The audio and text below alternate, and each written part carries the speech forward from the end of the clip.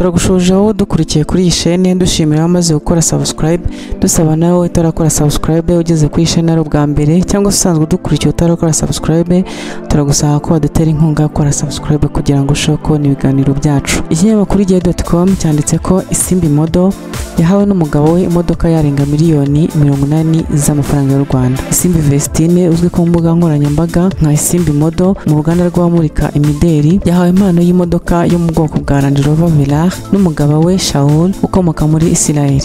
Iyi modoka yo mu bwoko bwa Range Rover Velar ku mbuga zitandukanye bigaragara ko igura nibura ibihumbi 62 by'amadolari, no kuvuga arenga miliyoni 89 z'amafaranga y'u Rwanda.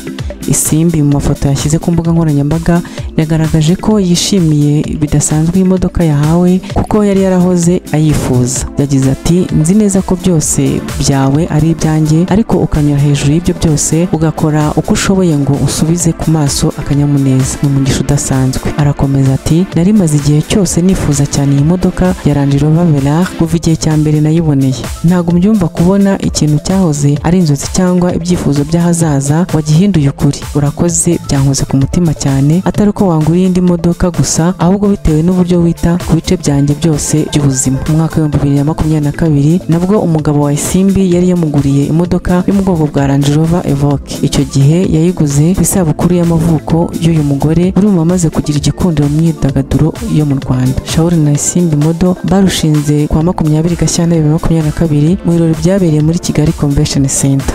Ikinyamakuru igihe kandi cyanditse inkuru ivuga ko Anita na DJ Bisoso bagiye gutangiza ikiganiro kuri BTN TV.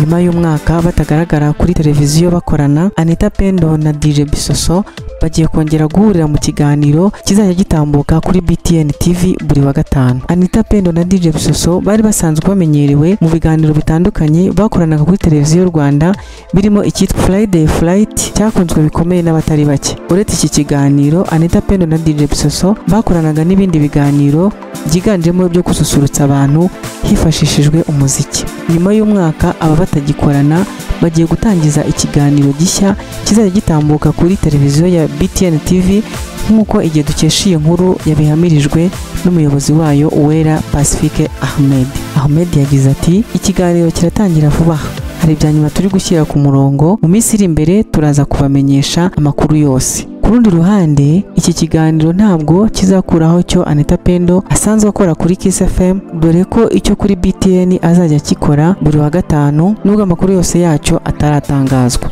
Uretse gukorana ikiganiro na Anita Pendo, DJ Bisoso asanzwe ari umuhanga mu bijyanye no kuvanga imiziki, mu gihe uyu mugore we uretse itangazamakuru nawe asanzwe avanga imiziki akaba na MC mu bitaramo bikomeye.